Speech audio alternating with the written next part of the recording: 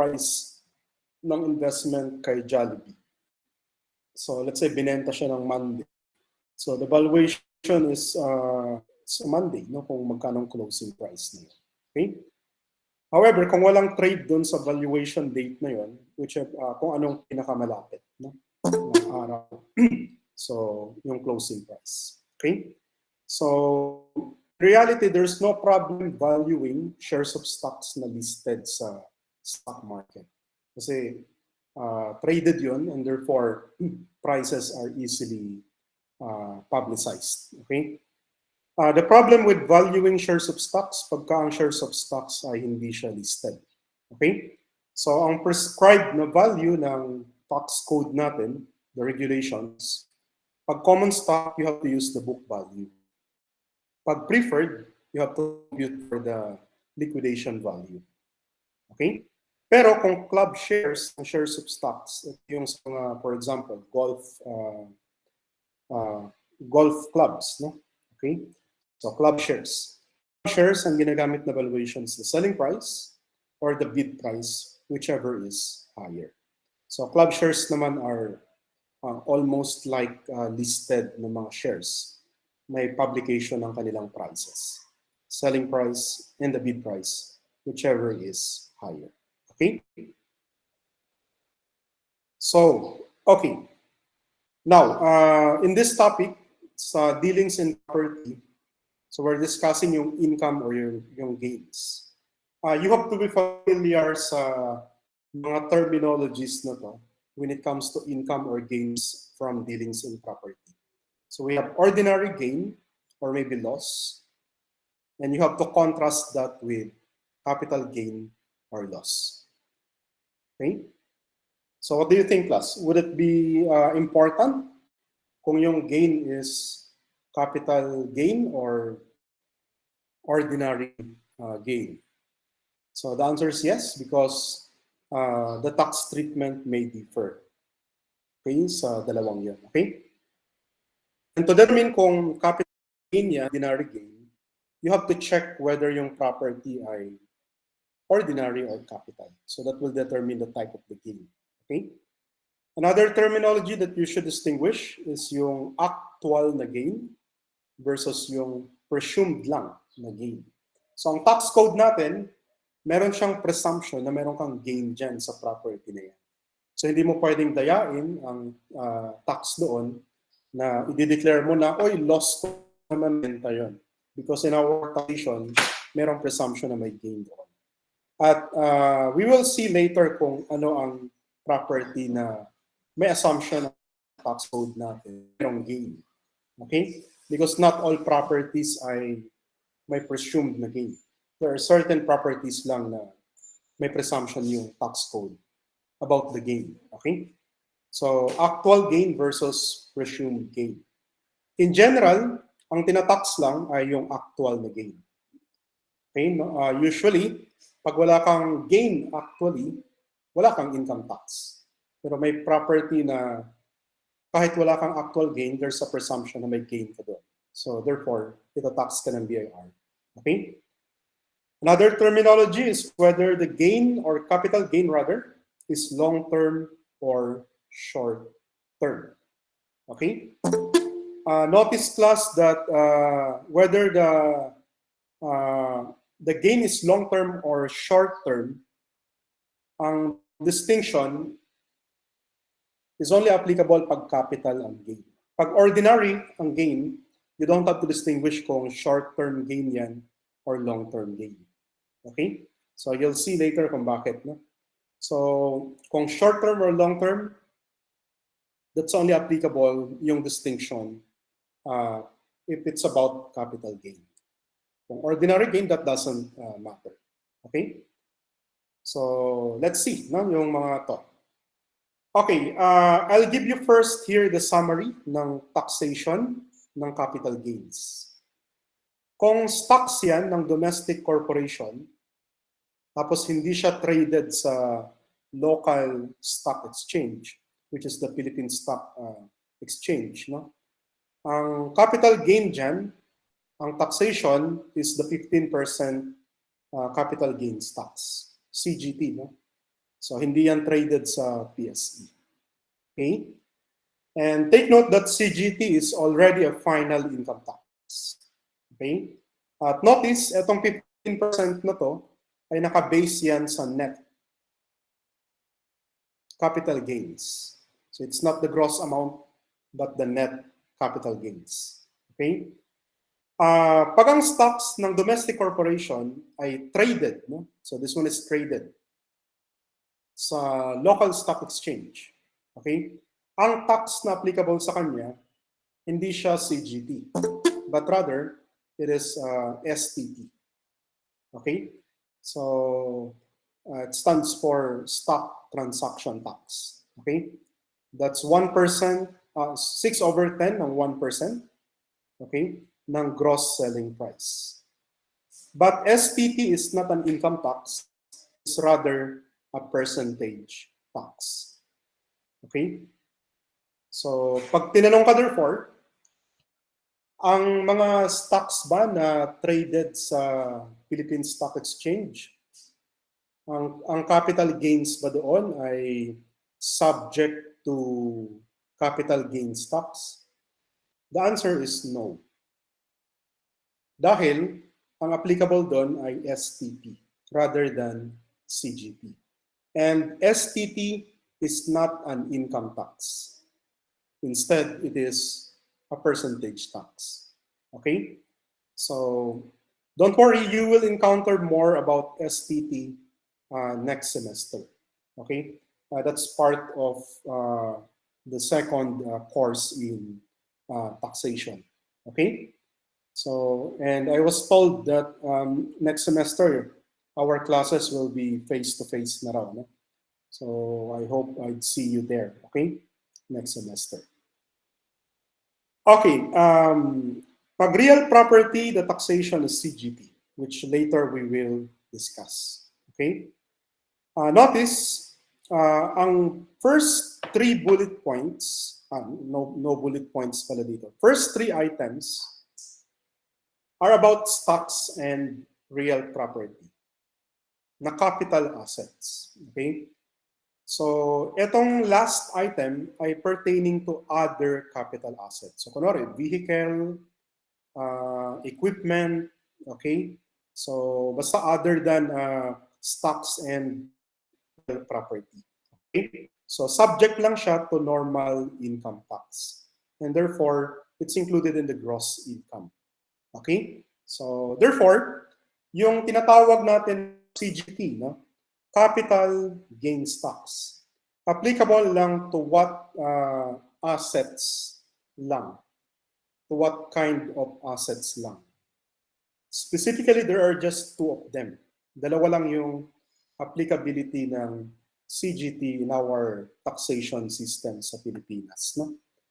At pag binanggit sa'yo, CGT, it's either the capital asset ay stocks, shares of stocks, or real property.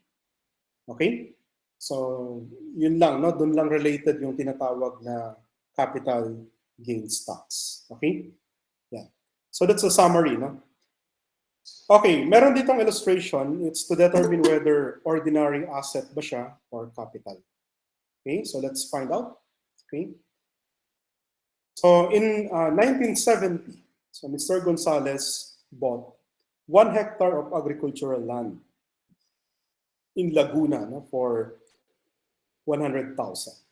Okay, this property has a current fair market value of 10 million pesos. So he agreed to exchange his agricultural lot in Laguna for 1/2 hectare, okay, ng residential property located in Batangas. Okay, so with a fair market value also of 10 million pesos, owned by Alpa Corporation.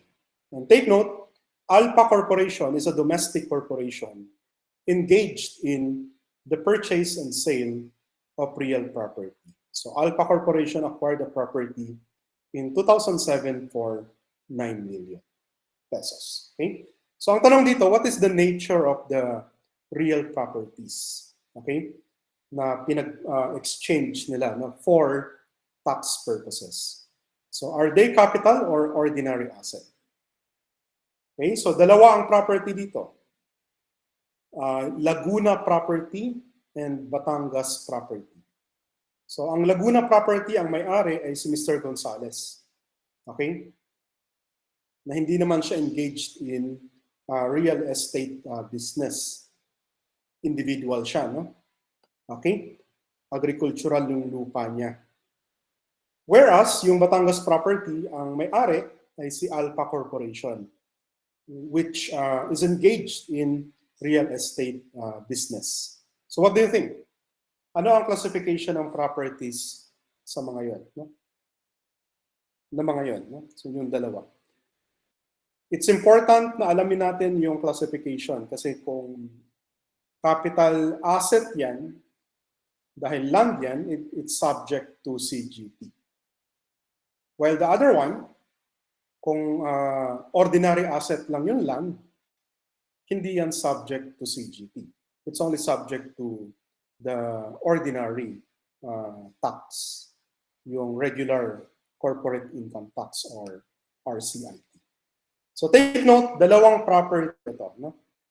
Pero, okay, yung Laguna property, capital asset siya. Kasi agricultural land yun. At si Mr. Gonzales, hindi niya naman business yung magbenta ng lupa or magparenta. Okay? So, yung Batangas property, on the other hand, is an ordinary asset. Okay?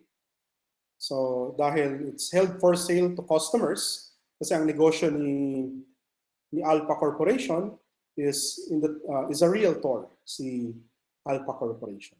So, question class, anong tax ang applicable dito sa Laguna property? What tax applies to Laguna property? Being a capital asset. So that's very good, no, Veronica? Erica? This is subject to CGT. Okay? So actually 6% yun. And the 6% is multiplied to the highest ng tatlo. The selling price, the fair market value of BIR, and the fair market value of local government unit. Okay? Kaya hindi nyo pwedeng dayaan yung BIR kasi kahit ibenta nyo siya ng mababa, kung malaki naman ang zonal value, the basis of the BIR when you file the returns would be the highest of the three. Okay? So, yan, no? However, dito kay Batangas property, what tax would apply here? Is it CGT or RCIT? Kasi Alpha Corporation is a corporation, no? Hindi siya individual. So let's talk about the normal tax, which is RCIT. So this one is RCIT. Okay? So very good, very good. At least nakukuha niyo yung point. No? Kaya minsan natatawa ako sa practice kasi ang laging nasa isip, pagka real property yung subject matter, CGT agad yung nasa isip eh. Before you conclude that CGT applies, you determine first whether the real property is a capital asset. Kasi kung hindi naman, CGT doesn't apply. Only the RCIT. Okay? Or kung individual ka na realtor, the graduated income tax will apply to you. No? Yung normal tax natin. Okay? So, yan. No? So, let's talk about the persons not liable to 15% CGT. Wait lang, class. Kanino, saan applicable ang 15% na CGT?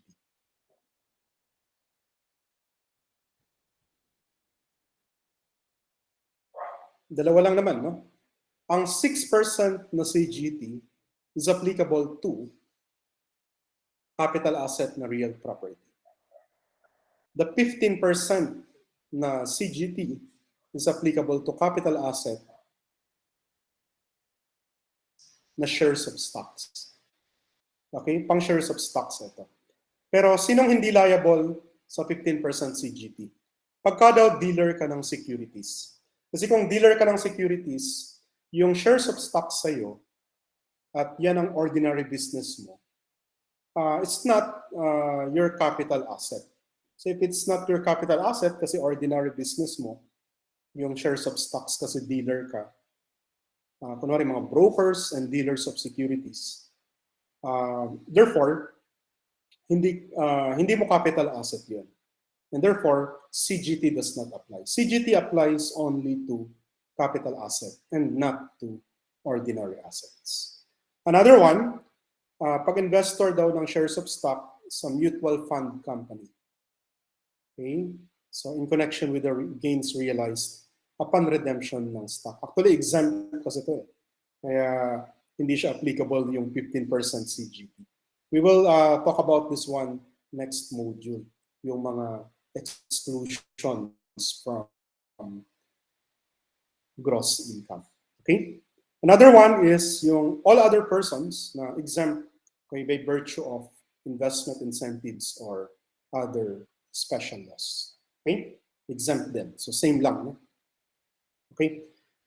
Kami sa firm namin, meron kaming client na mga brokers who are also dealers ng securities. And in the ordinary course of their business, they buy and sell stocks na traded sa Philippine Stock Exchange. No? But you're not supposed to impose 15% CGT there because ano sila, dealers sila in securities. These securities are not their capital assets. Rather, they're ordinary. Okay? So they're not liable to the 15% CGT. Okay? So yeah. So let's now talk about actual gain versus presumed gain. Actual gain is the amount realized yan, from the sale ng asset in excess of the cost. Ang presumed naman na gain ay yung presumption ng law sa existence ng gain ng sale ng real property. Subject to 15%, bakit 15%? CGT rather, 6%. Kung ano mas mataas sa selling price and the fair market value.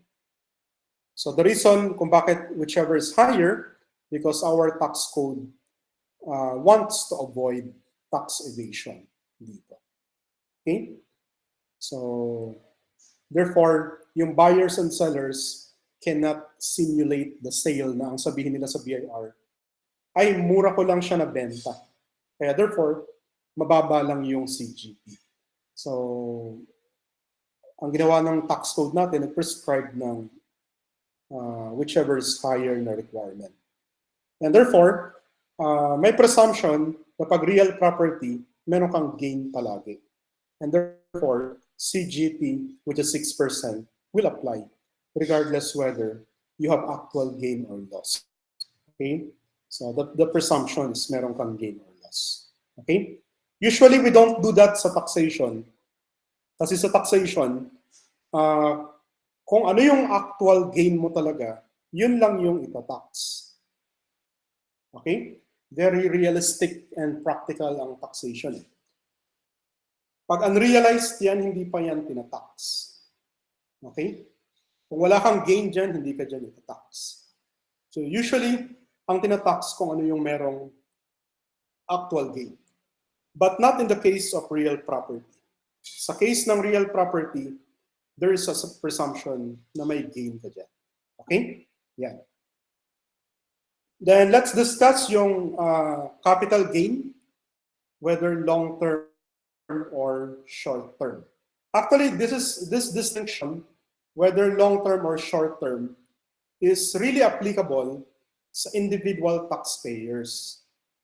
Kasi individual taxpayers report 100% ng gain or loss kung yung capital asset ay na-held nila for 12 months or less.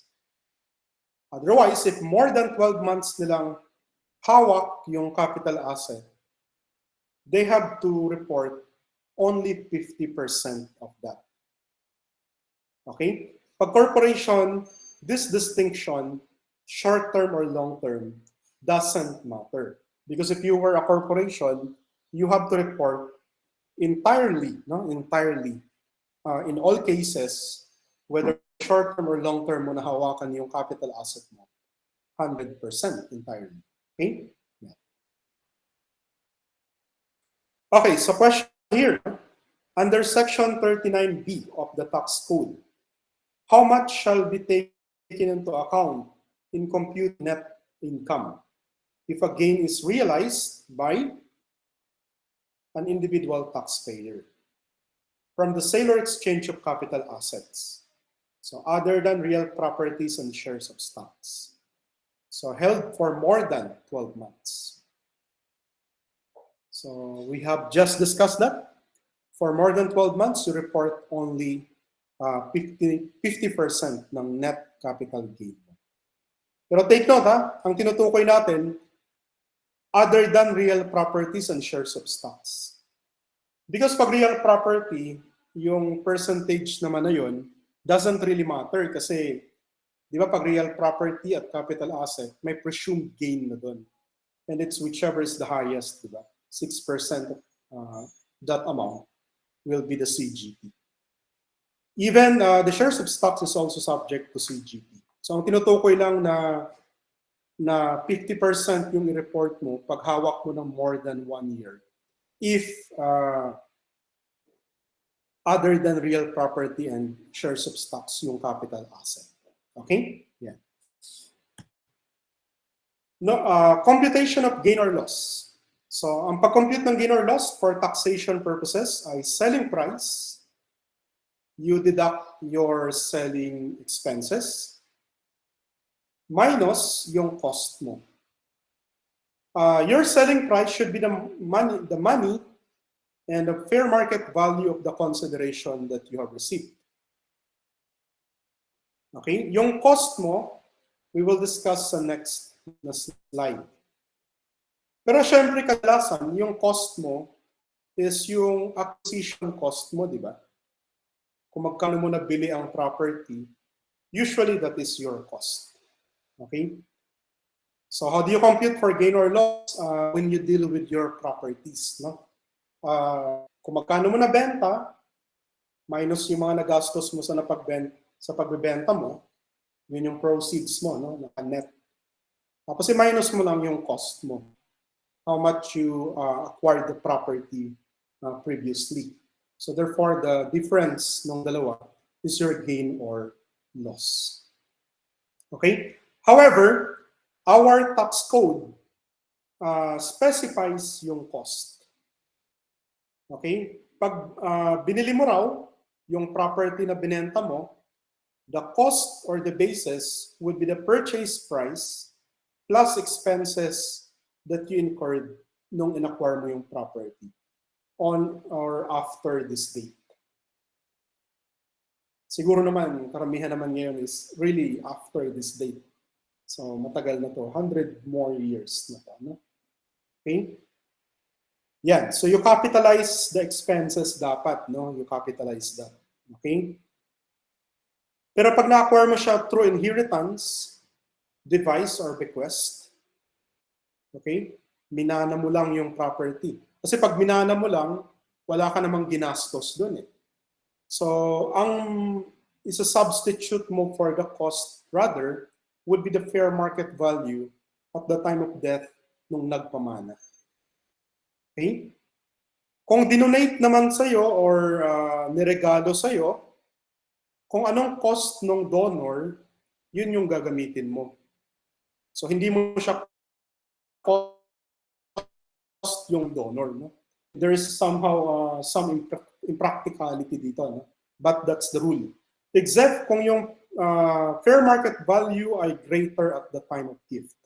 In that case, the fair market value should be used. Okay? And finally, kung na-acquire mo siya for less than adequate consideration, let's say, nabili mo ng bargain, no? Murang-mura mo nabili. So kung anong binayad mong amount, yun na yung cost mo. Okay? So yan siya. But there's class, do you find these transactions usual? Purchase, inheritance, gift, donation. Do you find them understandable or relatable naman yung transactions niya? Pagbili, mga ganun. No? So, those are transactions to acquire a property. No? Sa susunod na slide, medyo masalimuot to. Pag na-acquire mo raw, okay, yung property na acquire mo, pero yung gain or loss is not recognized. This is applicable for tax-free exchanges. Kadalasan mga mergers ito.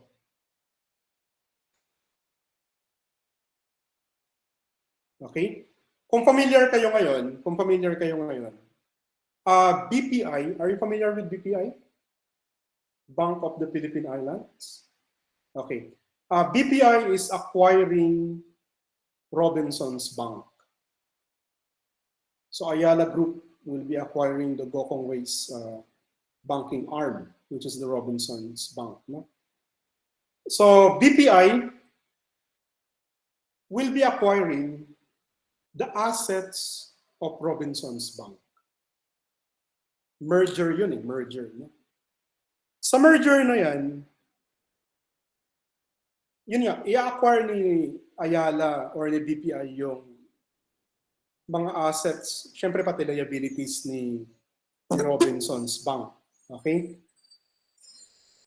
Yung exchange na yan, it's actually tax-free. Yung merger na yan. So, i-acquire ni BPI yung assets ni Robinsons Bank. So, parang lalabas, binibenta ni Robinsons Bank yung assets niya papunta kay BPI. Pero yung pagbenta na yan, that is just as a result of merger. Okay? At the end of the day, silang dalawa, naging isa lang. Okay? Nag-merge lang eh. Okay? Hindi naman third party na ang transaction kung tutuusin. Kumbaga your transaction with your own. Di ba? Kasi nag-merge naman kayo eh. So it would be unfair if you would be taxed sa sarili mong transaction. Kumbaga kung ikaw si Robinsons Bank, ikaw pa rin naman ang may-ari ng property na yun, di ba? Do you agree? Kasi you became part or you'll become part of BPI. Do you get my point? Kung ikaw si Robinsons Bank, may mga assets ka, ang ginawa mo lang, transfer mo lang naman kay BPI, which you will become part naman. Have you really disposed of your assets? The answer is no, because eventually, part ka naman ng BPI. It's just a merger. So it would be unfair na i-tax yan. No? So yan ang tinatawag na tax-free exchange. So pag ganyan daw, ang cost pa rin ng property ay yun pa rin hindi magbabago. So therefore, kung ano ang cost ni Robinsons Bank originally doon, ay yun pa rin yun, hindi magbabago. So let's say for example, meron siyang building na 1 million yung book value. After the merger, 1 million pa rin dapat yun. Kasi walang gain or loss that will be recognized there. No? So therefore, there should be no tax at all. Okay? Yun nga lang, pwede raw siyang ma-increase kung may dividends sa shareholder or kung may gain arising from other transactions. No? Pwede naman siyang i-decrease kung naka-receive ng pera that reduces the cost to fair market value of other property or kung may liability na in-issue. Okay? Ang tawag dyan, tax-free exchange. Okay? So, same lang to, no? Same lang siya. Yeah. So, ang tax-free exchange, there's no gain or loss recognized kung yung corporation exchanges property solely for stocks in a corporation. Both parties to merger consolidation. A corporation, in exchange for its voting stock, substantially, at least 80% of the assets, acquires another corporation. Nagkaroon ng recapitalization or reincorporation. Okay? So consolidation forms a new corporation. Okay, so A and B, both of them do not survive. Instead, a new corporation is formed, which is C. Merger results in a surviving entity. So A and B is equal to A or B, either sa kanilang dalawa. Okay? So ano sa tingin nyo ang tawag sa case ni BPI and Robinsons Bank? Kasi BPI is the surviving entity. Robinsons Bank will be dissolved, will not survive. So what is that case? Is it consolidation or merger?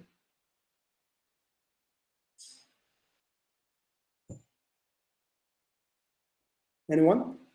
What's that transaction? So very good. That's a case of merger. Okay? There are other cases of consolidation. I just cannot remember a specific example right now. Okay? But if none of them survives and a new corporation is formed, that's called consolidation. Okay? But my point is, pag may mga properties exchange there, ang tawag sa exchange na yan is tax-free. And the reason why it's tax-free, because there's no gain or loss that will be recognized.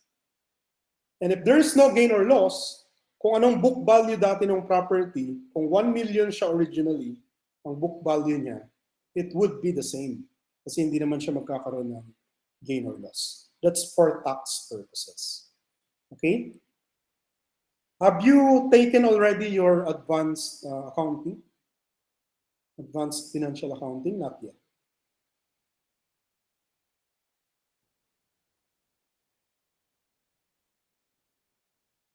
May advanced financial accounting na ba kayo? Wala. I see. Hindi pa pala, no? In your advanced accounting, you will cover yung tinatawag na business combination. And there are differences in accounting sa mga measurements, okay? But for tax purposes, this is the case, no? At ang rationale dyan, kumbaga, hindi mo naman talaga binenta yung property. You did not part with it. Kung ikaw si Robinsons Bank, you did not part, you did not dispose of your property. Kasi eventually naman, although transfer mo siya kay BPI, you will become part of BPI. Okay? So therefore, you're not, wala talagang transaction. Walang sale transaction. So therefore, wala dapat gain or loss. Kaya tinatawag siyang tax-free exchange. And of course, whatever is the book value would be the same. Yan. Okay, so in computing gain or loss from the sale or other disposition of property acquired as a gift or donation, the basis of cost shall be what? So this is through gift or donation. Ano ang basis ng cost pagka through gift or donation? What's the basis? Okay, let's find out the answer. The answer is delta. The same as it would be in the hands of the donor. Because wala ka namang cost doon. And I see impracticality there. Okay, but of course, it's a rule that should be complied with. Okay. Now, we have Juan, an individual, received a gift from his mother, a property purchased 10 years ago for 100,000. Okay? So, kung ikaw si Juan, magkano ang cost mo dun sa property for taxation purposes?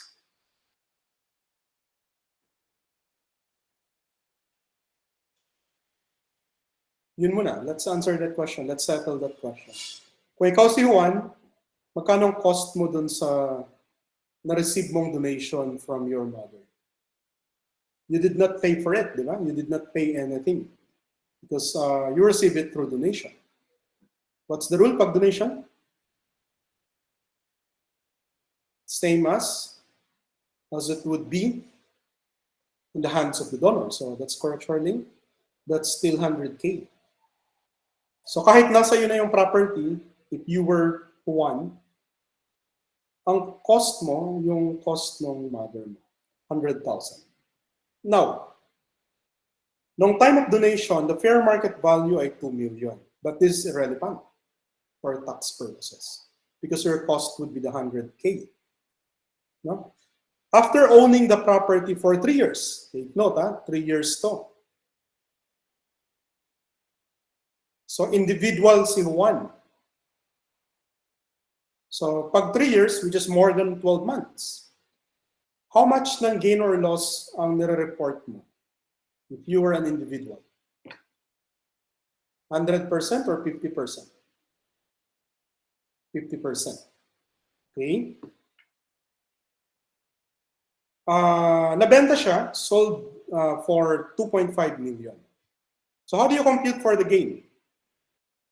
Alin dito yung correct? How do you compute for the gain? Gain is proceeds na 2.5 minus, magkano cost mo? 100,000. Di ba? Selling price is 2.5 million minus your cost na 100,000. So you have gain or capital gain of 2.4 million. But since you held the property for more than 1 year, you report only 50%. So what's the answer? Okay, so very good. The answer is delta. No? So for taxation purposes, the gain is 1.2 million pesos. Okay? For accounting, it would be different. For accounting, it would be different. Kasi iba naman ang rules sa accounting. Sige nga, matanong ko kayo. Pag accounting yan, anong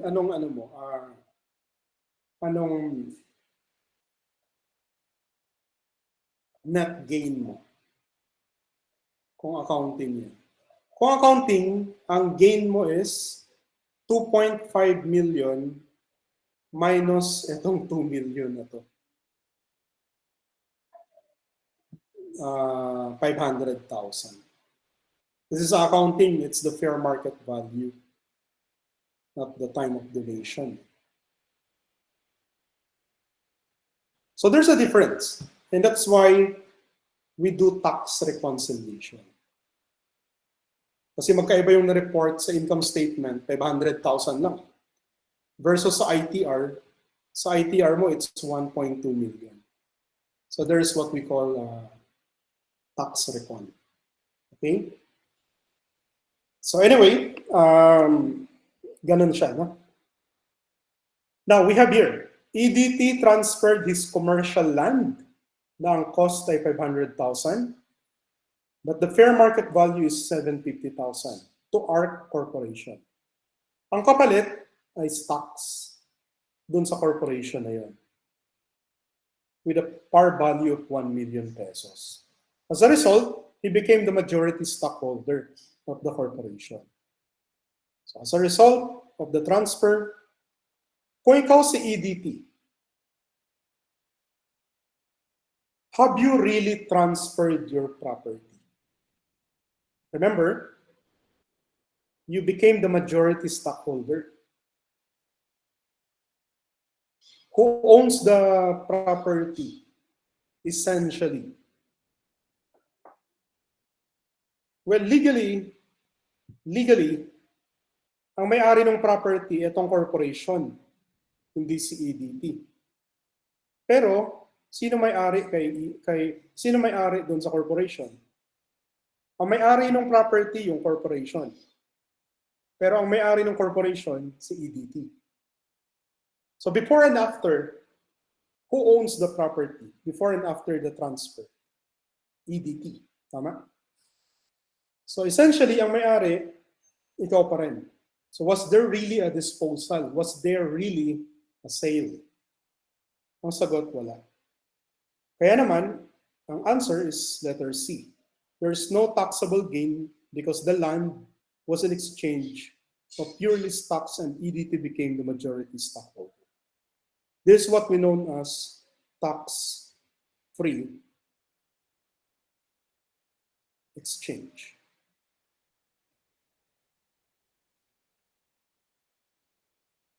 So it's a tax-free exchange. Okay? Now, income tax treatment of capital loss. Now, I want you to be careful. No? We have these terms, apat to. Ordinary gain, ordinary loss. Capital gain, capital loss. Okay? Let's talk about capital loss. Okay, capital loss. Sabi dito, ang capital losses are deductible only up to capital gains. Grabe, no? Siyempre, ang ordinary losses are deductible lahat talaga yan. Pero ang capital losses pala, deductible lang sa capital gains. So is it really important to determine kung ang asset ay capital asset or ordinary? The answer is yes. No? Kaya titignan mo talaga kung yung income is business income, which is ordinary income, or income from dealings in property. Because income from dealings in property could be ordinary or capital income or gain. It could also be a loss. And if it's a loss, that capital loss can only be deducted from capital gains. Net capital loss is not deductible from ordinary income. Okay? This is applicable to both corporations and individuals.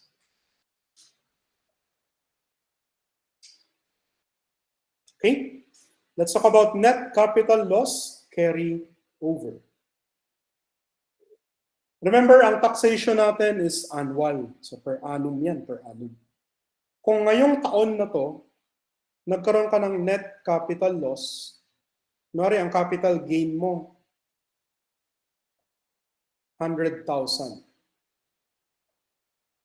Ang capital loss mo naman, 120,000. Ang labo na ng sulat ko. So you have what we call net capital loss na 20,000. So let's say you incurred this in 2022. Na-incur mo siya ng 2022. Pag sinabing carry over, yung net capital loss na 20,000, etong 20,000 na to, pwede mong i-carry over to succeeding years. Succeeding taxable years. No? 2023, 2024, yan. Okay, so yun nga lang, taxpayer is other than a corporation. So pang-individual pala to. No? Holding period should not exceed 12 months. Tapos hindi dapat ma-exceed yung net income mo nung year na na-incur mo siya. Kasi it's subject to tax benefit rule.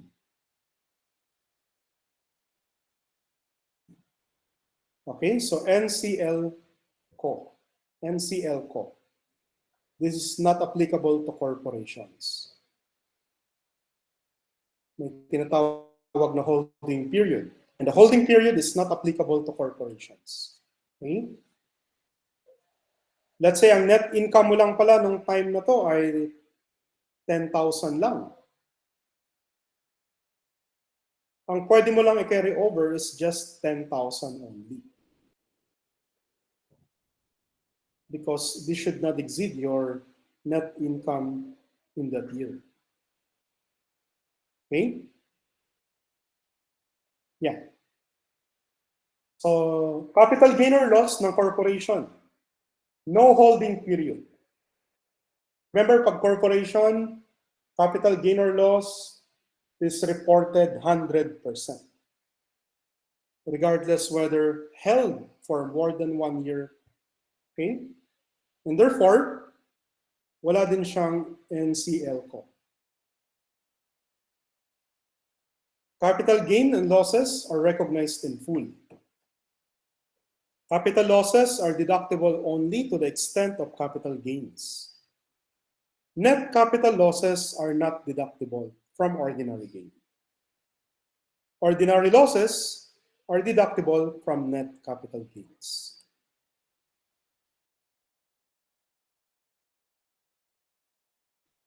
So question, is it important to determine the type of income? The answer is yes, because the tax may depend on the type of income. Whether it's business income, which is ordinary income, or the income from dealings in property.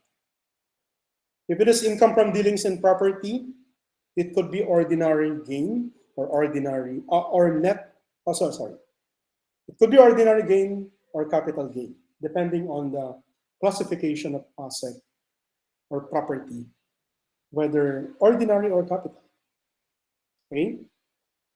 Kamasaklap pala, kung you incurred capital loss, kasi that's only deducted from capital gains.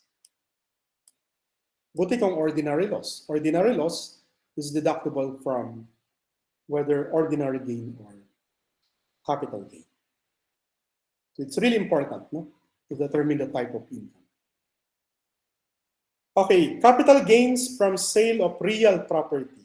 So, ang disposition ng real property na classified na capital asset ng non-dealer, kasi kaya siya capital asset, ang final tax ay 6%. So what do we call this tax? We call this CGT. At ang rule, whichever is the highest, gross selling price, zonal value, fair market value, BIR, and the local government.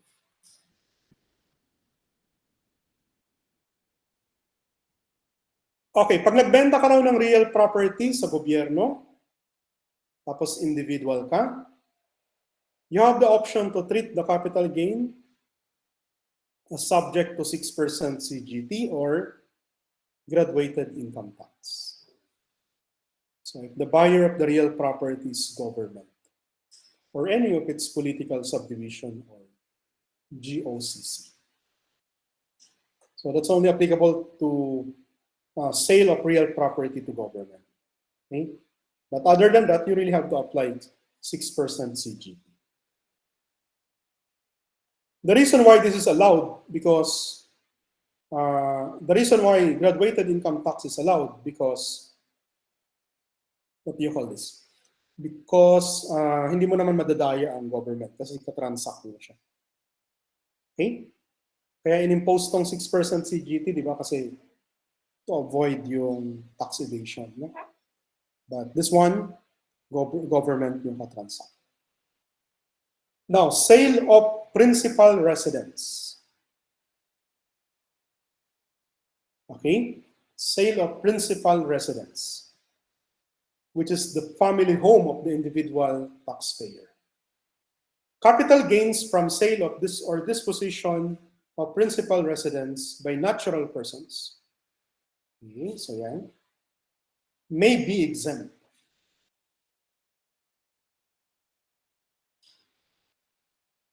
So pag binenta ko ang tahanan namin, no? Tahanan talaga. Okay? So pwede siyang, ang requirements lang, yung napagbentahan mo, the proceeds, gagamitin mo to acquire a new principal residence within 18 calendar months. Ang historical cost will be carried over to the new principal residence. You notify the BIR. It's availed of only once every 10 years. Pero kailangan i-deposito mo ang CGT. At pag na-comply mo na to, lahat, you go to BIR and ask for certification from the RDO, Revenue District Office, na i-release na sa'yo yung proceeds from the bank. Grabe, no? In-exempt nga, pero ang daming requirements bago ma-avail. Okay? So, sabi dito, yung cost mo dati, yun din pa rin ang cost ng bago mong principal residence. Kaya naman, yung historical cost ng old principal residence mo, add additional cost to acquire, yun yung cost ng bago mong property.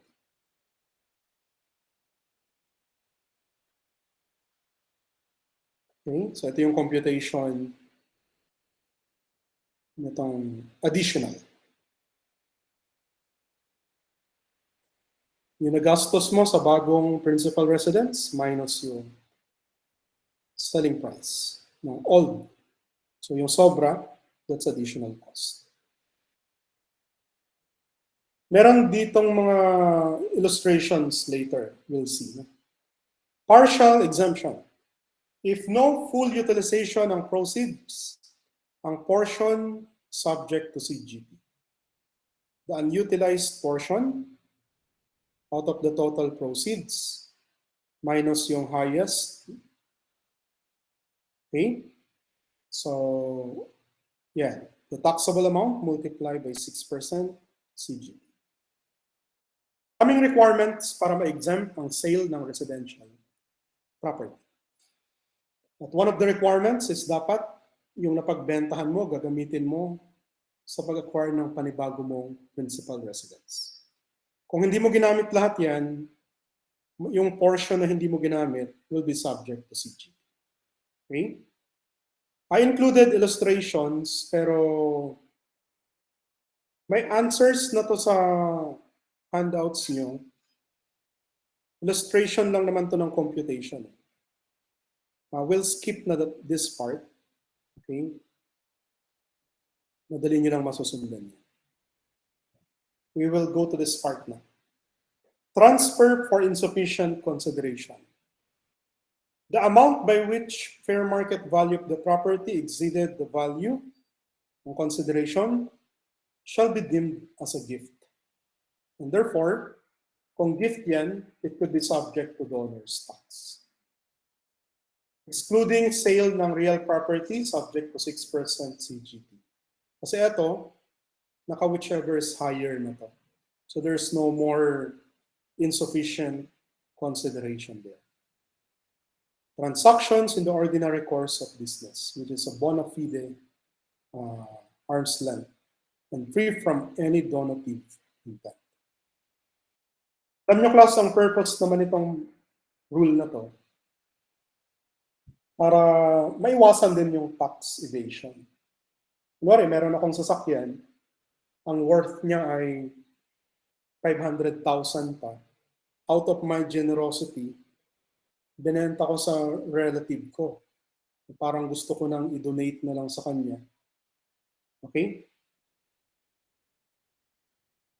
Para lang, although gusto ko na siyang i-donate sa kanya, para hindi ako magbayad ng donor's tax, we made it appear na ang transaction is not a donation but a sale.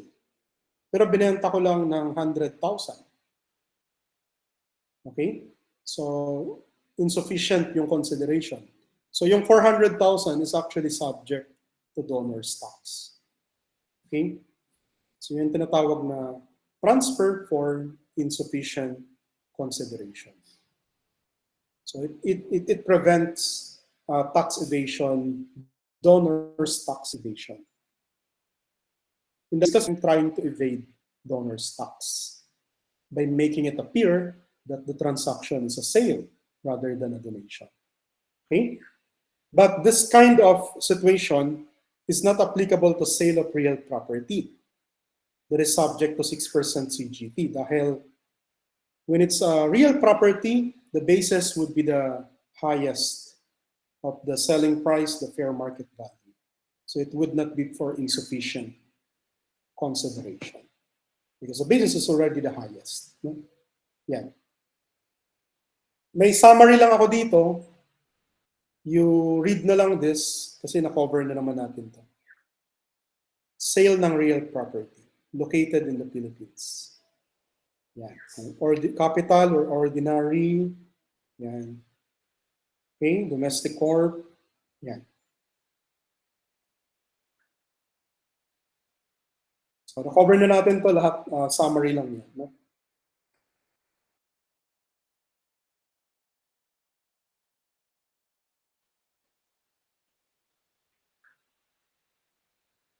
Okay, so module number 9 is done. We will finish also the next module, which is number 10. But first, let's have a break. Let's be back at 9:20. Let's continue class. Our agenda is to finish the next module as well. But this one is quite short lang. So, kaya-kaya natin tapusin.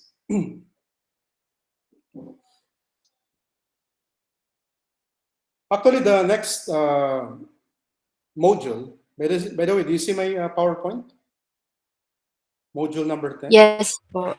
Okay. This next module, which is module number 10, is the last topic on gross income. Okay. So, not really the last topic per se. We have 2 more topics after this. This is the last topic on gross income. Okay. We're going to discuss here exclusions. Yeah, exclusions from gross income. Okay. So the following will be discussed. So some key definitions, exclusions under the Philippine Constitution. Bakit under the Constitution? Wait lang, let's correct this. Okay. Okay, tapos we have under the tax code. Then we have under tax treaty. Then under special laws. No? Okay. Let's define some key terms. No? Exclusions ay, what do you call this? Synonymous to exemptions. Okay? So kung napansin nyo dito sa, sa contents natin, exemptions ng gross income ito. Okay? Pero para maging exempt sa gross income, kasi ang general rule natin, basta income yan, taxable yan. Diba that's the rule? So may income ka, taxable yan. Pero pwedeng maging exempt. Pero para maging exempt, dapat merong law na specifically stating na exempt yung income na yun. So, pwedeng galing sa Constitution, pwedeng galing sa tax code, under tax treaty with other country yan, or under special laws. Okay? So if you hear somebody, or if you hear from another corporation na exempt daw sila, pero they did not mention kung bakit at ano ang legal basis nila. Okay? So that's the term. Dapat merong legal basis. Hindi totoo yun na exempt sila. Kasi kailangan may legal basis. Okay? Hindi nila pwedeng sabihin, ay ano kami, charitable naman kami. Philanthropy yung ginagawa naming activities. Even so, kung wala kang legal basis, okay, hindi ka exempt from taxation.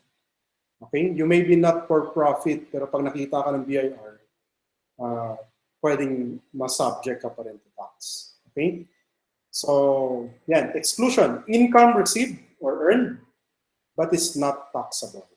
So, yan yung ibig sabihin ng exclusion or exemption.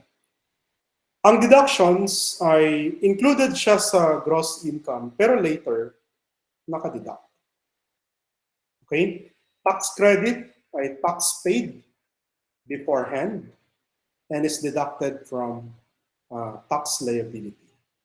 Magkaiba ang deduction at tax credit. Kasi ang deduction, dinideduct siya dito sa gross income. Okay? Pero ang tax credit, dinideduct siya from the tax liability. Kumbaga, deductions are not really tax itself. Pero tax credit it's a tax itself. Okay? So, yan. No? Magkaiba rin ang exclusion sa deduction. Kasi exclusion at outset pa lang hindi nakasama sa gross income.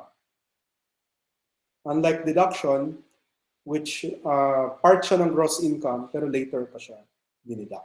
Okay? So, exclusion categories, constitution, tax code. Okay? So, that's the section under the tax code, tax treaty, and special laws.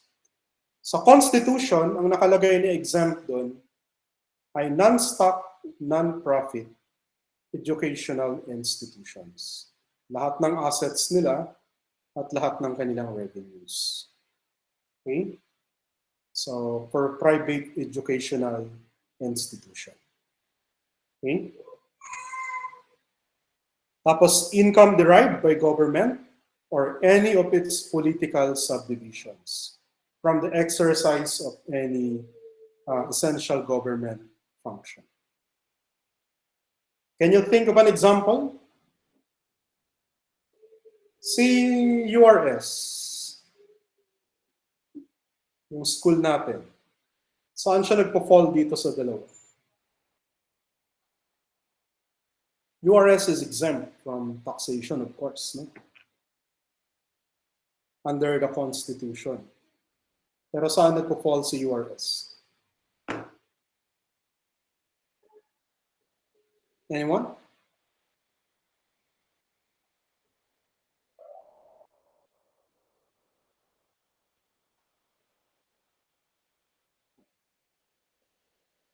URS falls under the second bullet point because URS is a government institution. No? Itong first bullet point kasi this refers to private educational institutions. Okay? For example, BCC. I think BCC is, if I'm not mistaken, no?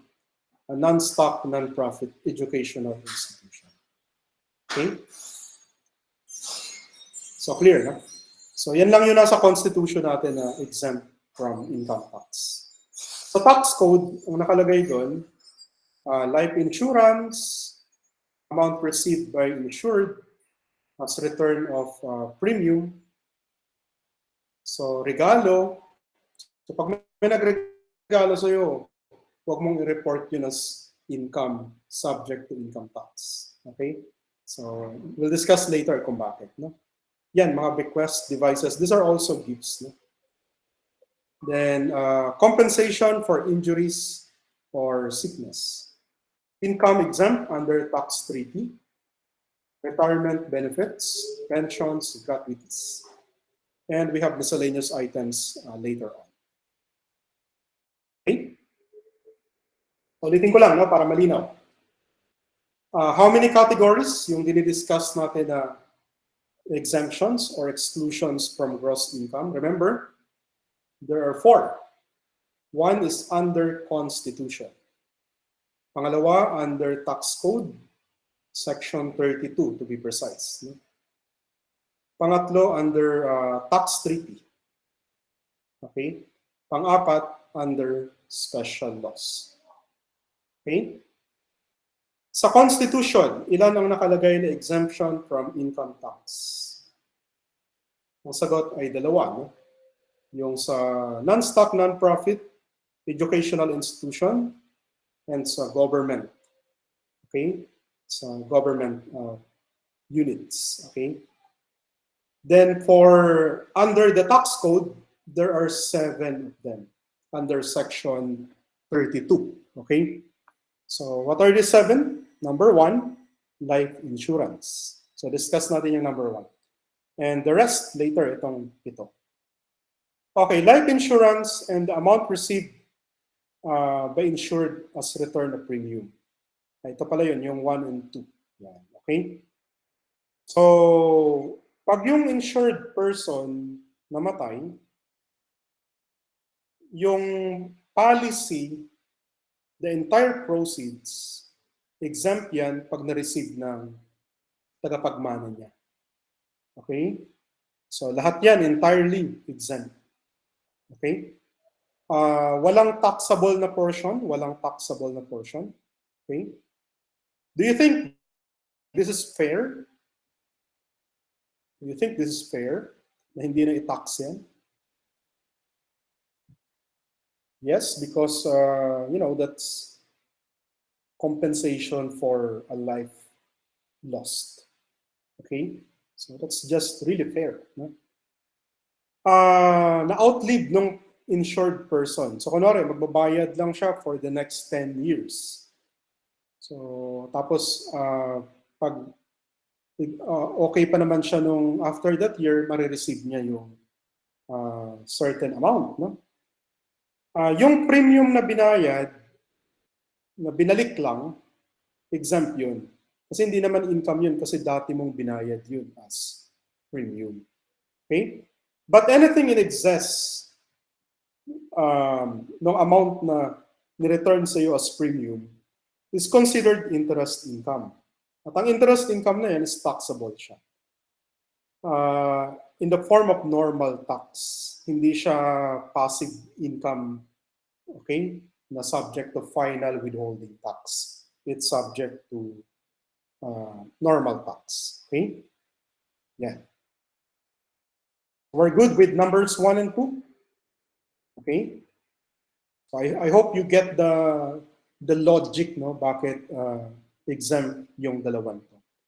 Always look for logic, no, kahit naman law ang tax, na minsan talagang rules lang siya and we have to follow what the rules say. Look for logic pa rin kasi the laws naman were crafted with logic behind supporting them. Okay? So I hope you're okay with insurance. No?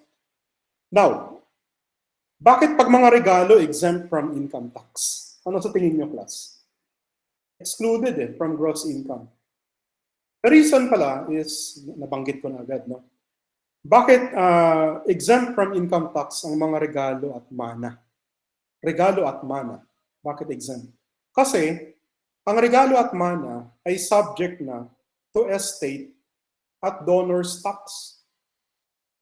Okay? Kung isa-subject pa sila to income tax, therefore, yung dinonate will be, or minana, will be taxed twice. Okay? At ang appropriate naman talaga is hindi income kasi hindi naman na-earn yung mana at regalo. Okay? So, hindi talaga appropriate yung income tax. So, therefore, exempt yun from income tax. Okay? So, tandaan nyo, yung regalo at mana, exempt from income tax. Unang-una, hindi naman kasi sila na-earn. And pangalawa, subject kasi sila to different tax, which is estate or donor's tax. Kaya naman, hindi na sila subject to income tax because it would be taxed twice. Okay? So, yan yung logic behind that. No? So, this is characterized by disinterested generosity and pure liberality. Okay? Nakakailan na tayo? 1, 2, 3. So let's discuss number 4. Ang logic naman sa number 4, kaya exempt, kasi it's just compensation for injury or sickness. Okay? So, pero may mga taxable din eh. Pero ito muna mga non-taxable. Yan.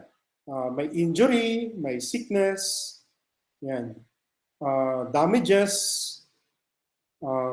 ganun din to, alienation, yan. Parang reimbursement lang kasi, return of capital lang. May parang binabalik lang sa'yo yung nawala. No?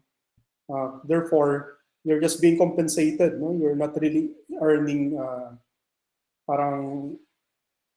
you're not earning additional benefit. No? So you're being compensated for something that you have lost. Okay? So it's non-taxable. Okay? Pero, eto mga taxable to. Okay, loss of anticipated profit. Tapos, kinompensate ka. Profit naman yung kinocompensate. Taxable yan eh. Okay? Moral and exemplary damages awarded as a result of break of contract. Okay? Business transaction. Interest, no? Dun sa mga non-taxable damages. Okay? Any damages for compensation for unrealized income. So ang mga damages na subject to tax is yung related to unrealized, supposedly unrealized income. Okay? So does it make sense that these are all exempt? Itong mga to? Wari na hospitalized, no? Bumastos siya doon, then later on, naka-claim siya from, you know, doon sa naka-cause ng accident sa kanya. So you did not really earn income from that, di ba? Okay?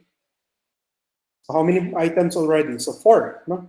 Numbers 5 is under tax treaty. So income of any kind to the extent required by any treaty obligation, binding upon the government of the Philippines. So this is under international agreement. So whatever that agreement says, it just have to be followed. Okay. Then we have retirement benefits, pensions, and gratuities. Wait lang. Does it make sense na our, elderlies, who receive their pension, their retirement benefits, be given tax incentive in the form of exemption from income tax? Does it make sense ba sa inyo? Okay? O mas tama na kahit naghirap na sila kakatrabaho dati, di ba, they contributed to our economy, okay, they promoted whatever their work might have been, yung welfare, in general, in the bigger picture, di ba? Dapat ba i-tax pa rin natin sila? Parang hindi naman okay, di ba? So, to give back naman for their sacrifices. And they're, all elderlies naman, no? Retirees na to, wala nang, the job market is no longer sa kanila, di ba? Para sa kanila. So it's only fair na they will be given tax benefits. Okay? However, just like any tax exemption, there are conditions that must be observed. Okay? So, ang tinutukoy dito na retirement benefit, yung under 7641 in Section 60B of NIRC. Terminal pay, separation pay, retirement benefits from government, ng foreign government, veterans benefits, benefits under SSS, GSIS. Okay, so ito yung mga yan. So let's talk about yung sa RA 7641. This is the retirement pay law. Retirement pay law. Okay? So, tapos yun sa 4917. Ito yung sa reasonable private benefit plan. Okay? Sa 7641, retiring employee must be in the service ng the same employer continuously for at least 5 years. Tapos at least 60 na siya nung nag-retire siya. But not more than 65. Availed once and only when there is no RPBP. Kumbaga, this is the minimum. Pag walang RPBP, 7641 will apply. No? Okay? So, limited lang to. 1/2 ng month, 15 days, plus yung 1/12 ng 13th month. Okay? So, this is used in the absence of RPBP. This is the minimum retirement pay law. Pag na-observe lahat yan, kunwari, yung employer nyo, they don't have this separate na set up na retirement benefit. Okay? So the law requires your employer to still pay you retirement benefits. Okay? Yun yung sa 7641. And if these conditions are observed, upon retirement, the retirement benefits will be exempt. Okay? Now, RPBP stands for Reasonable Private Benefit Plan. So yung mga generous dyan na kumpanya, they set up separate pension retirement benefit ng employees nila. Rather than itong 7641 kasi maliit to eh. Okay? Pero ito yung requirement, the retiring official or employee same has been in service of the same employer for at least 10 years. 50 years old na siya at hindi siya nakapag-avail ng similar retirement benefit. Exempt lahat yan. Lahat ng benefits. The plan must be reasonable. Its implementation must be fair and equitable. And the plan must be approved by the BIR.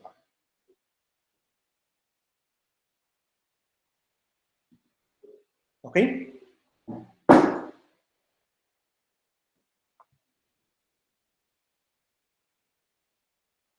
Okay, so termination pay or separation pay. So pag voluntary, taxable. Involuntary, terminal pay or separation pay, exempt. So to qualify for exemption in case of sickness, it must be life-threatening or one that renders the employee incapable of working. Alam niyo, during pandemic, maraming companies na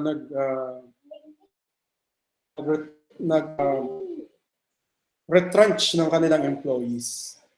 Retrench.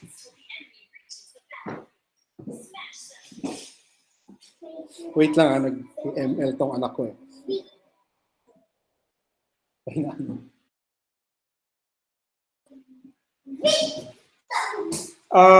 Balik ako doon. No? What do you think? No?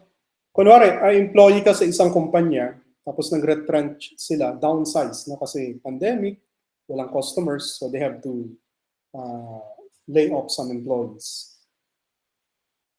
So in exchange, the employee, kunwari ikaw kasama ka doon, binayaran ka naman no? For certain amount. What do you think of the benefits na nakuha mo doon? Taxable ba yun or exempt?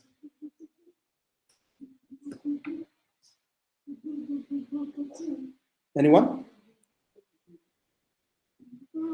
Dexter? So the answer is yes. No? Because that is involuntary. Okay, that's involuntary, no? So exempt. Okay? So yun lang ang rule, no? Titignan nyo lang kung voluntary or involuntary. Okay? And it's been affirmed by different BIR rulings. So that's what's being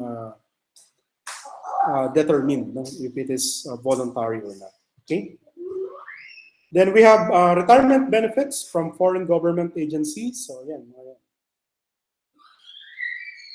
So there's nothing really to emphasize here, no? Kasi received naman to from foreign government agencies. Veterans benefits. Okay. Tapos yung sa SSS, exempt yan. Okay, mga benefits under SSS. Same thing with GSIS. Para naman sa government employees yan. So wait lang, let's revisit. No? Revisit natin. So under the tax code, how many items yung exempt from income tax? There are 7. Okay, so nandito na tayo sa miscellaneous. Okay, so ano ba itong mga miscellaneous items exempt? So income derived by foreign government. Okay, so from investments in the Philippines in loans, stocks, bonds, and other domestic securities. Okay, foreign government. Naalala niyo pa class yung tax principle supporting this exemption, income derived by foreign government. You still remember the tax principle, basic tax principle.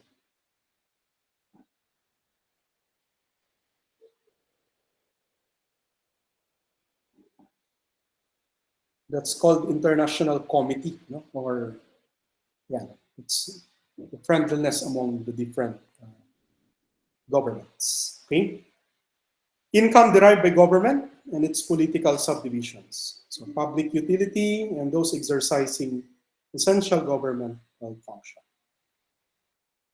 Prizes and awards made in recognition of religious, charitable, scientific, educational, artistic, literary, or civic achievement. So kung yung recipient daw was selected without any action on his part. So recipient not required to render substantial future services. Okay? So example is Nobel Prize. Okay? Rappler CEO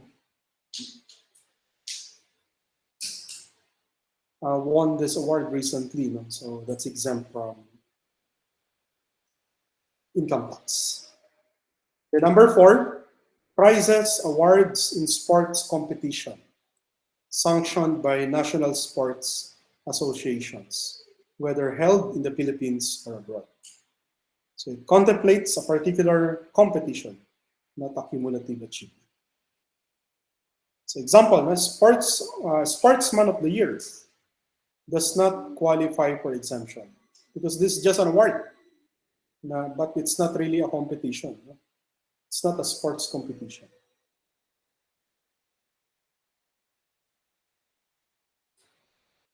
Yung mga laban ni former Senator Manny Pacquiao, exempt ba yun from income tax under this section ng tax code?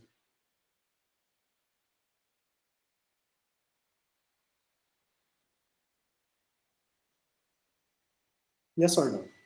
What do you think?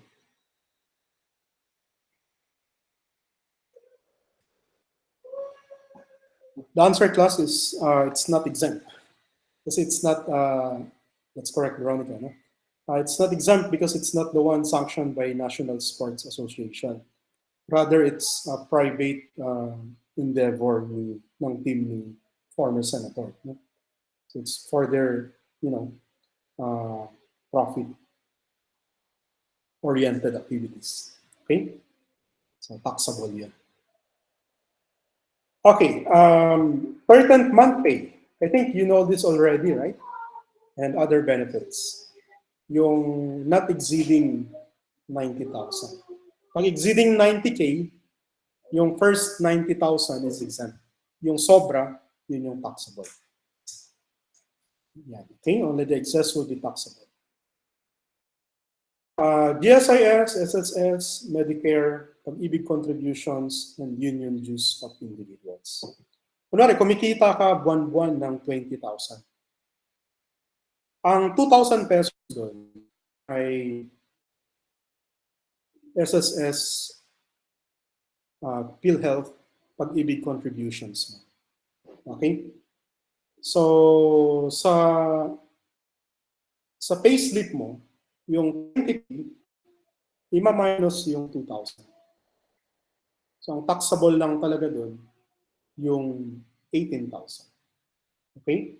Because your contributions sa SSS, GSIS ay exempt from tax. Okay? So, yung mandatory lang, mandatory portion. If you exceed yung mandatory, ang mina-minus pa rin yung mandatory. Okay? Number 7, gains realized from sale of bonds, debentures, and other certificates. Ang maturity ay more than 5 years. Okay? Gains realized by investor upon redemption ng shares of stock sa mutual fund. Okay, so exempt to mutual fund. Okay? Then income derived from sale of gold under this law. So finally, we have under special laws. Tandaan yung apat na categories. Under the Constitution, under the tax code, under tax treaty, and under special laws. Cooperatives, Urban Development Housing Act, Central Bank, PEZA Law, BMBE, Agrarian Reform, yan, Investors Invention Incentives Act, PAGCOR, yan, okay? Marami pang iba to, hindi ko na lang sinama dyan. So, but for our purposes, you don't need to learn them all kasi more of from pang law practice na yan or pang practice na talaga. Okay? So, yan. No? Let's answer some questions. Which of the following items that reduces salaries of employee is not an exclusion from gross income?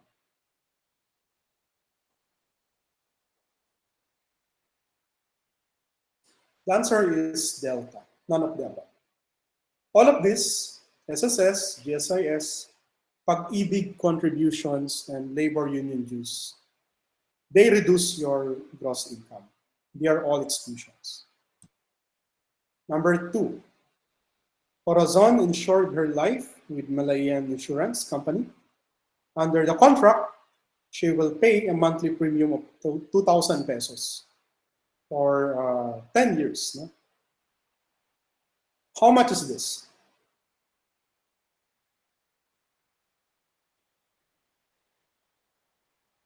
Okay, so in case ng death, before the 10th year,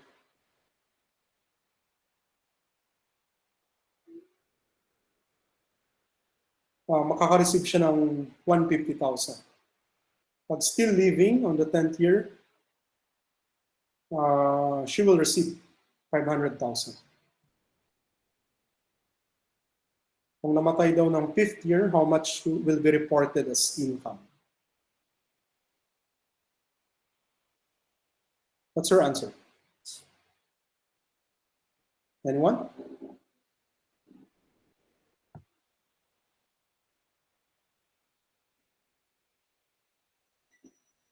Okay, let's check. Okay. Remember that Corazon here died. So magkano daw yung income ng beneficiary? The answer is 0 or nil or nothing. No? Because the insured died. So di ba hindi na tinatax yun kasi that's just compensation for a life lost. Okay?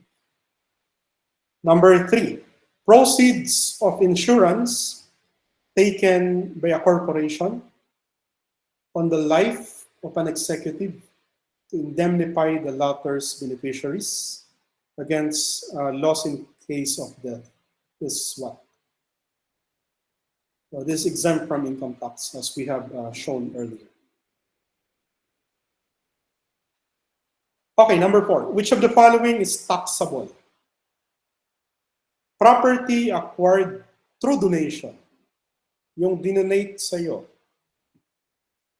taxable ba yon as your income?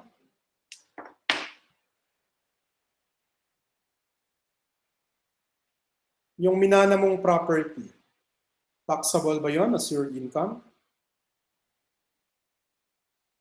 Yung income dun sa dinonate sa'yo at minana mo. So which one is your answer? Alin sa mga yun ang subject to income tax?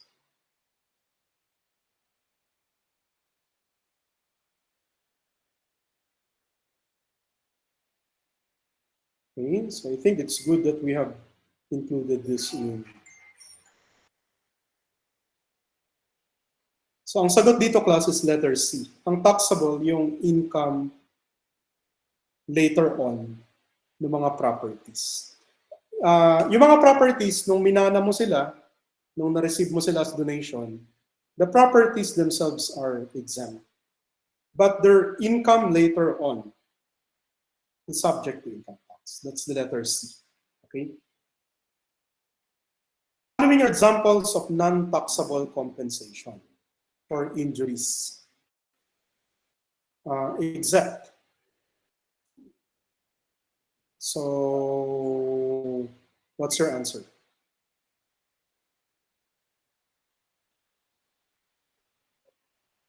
Okay. The answer is letter B. Yung para sa unrealized profits. That's the exemption among the exemption. Okay. Letter B. Very good. Okay, Marlon was hit by a car driven by JC, causing severe injuries to the former. It was found out during trial that the driver was drunk at the time of the incident. After trial, the court awarded the following: 1.5 million for actual damages for hospitalization, 300,000 for exemplary damages, 500,000 for loss of income, 100,000 for moral damages. Marlon also received a cash gift of 100,000 from JC. Ano ang taxable sa mga income na na-receive ni Marlon?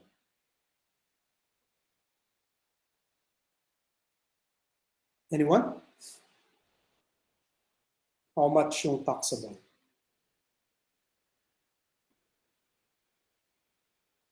Remember that the hospitalization here ay actual damages to. What do you call this? It's just a compensation sa mga gastos mo sa hospitalization. Okay? The answer, class, is yung delta. Ito lang, yung related sa loss of income. Ito kasi mga damages talaga to actual, kaya exempt to. Yan. Okay? Yung cash gift naman, di ba, subject to donor's tax to. Hindi sa income tax.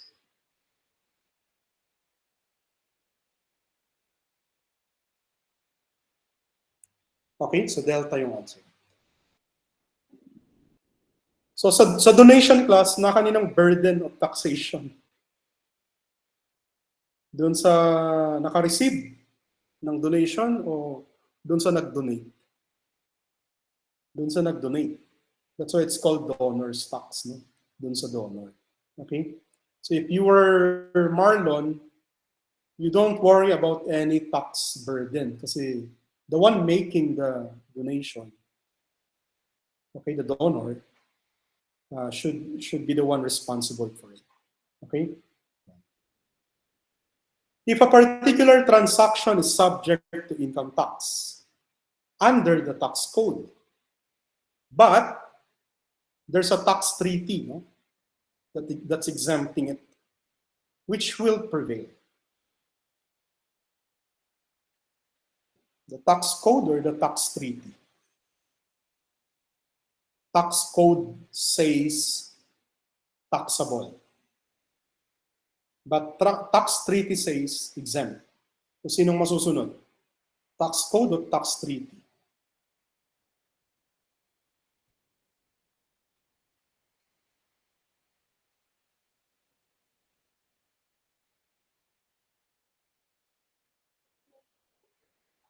Anyone?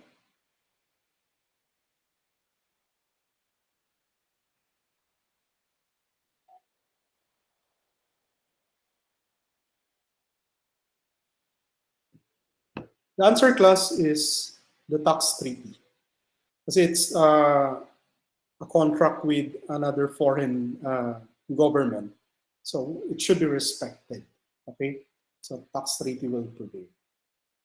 Okay, which of the following is taxable? Income derived by political subdivision ng government, performing essential government function. Income derived by foreign government in the Philippines. So which one is taxable?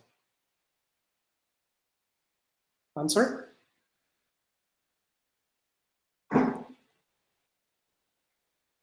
Answer is delta. Neither A nor B. So these are both exempt.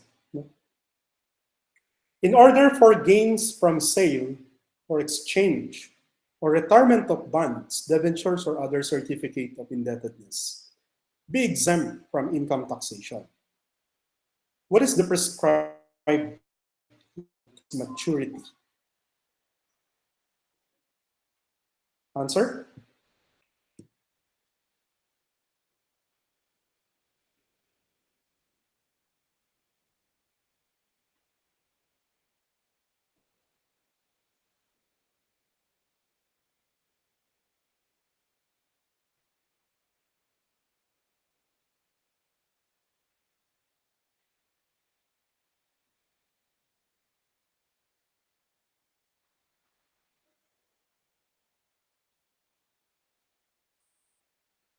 The answer, class, is letter C, more than 5 years. Okay.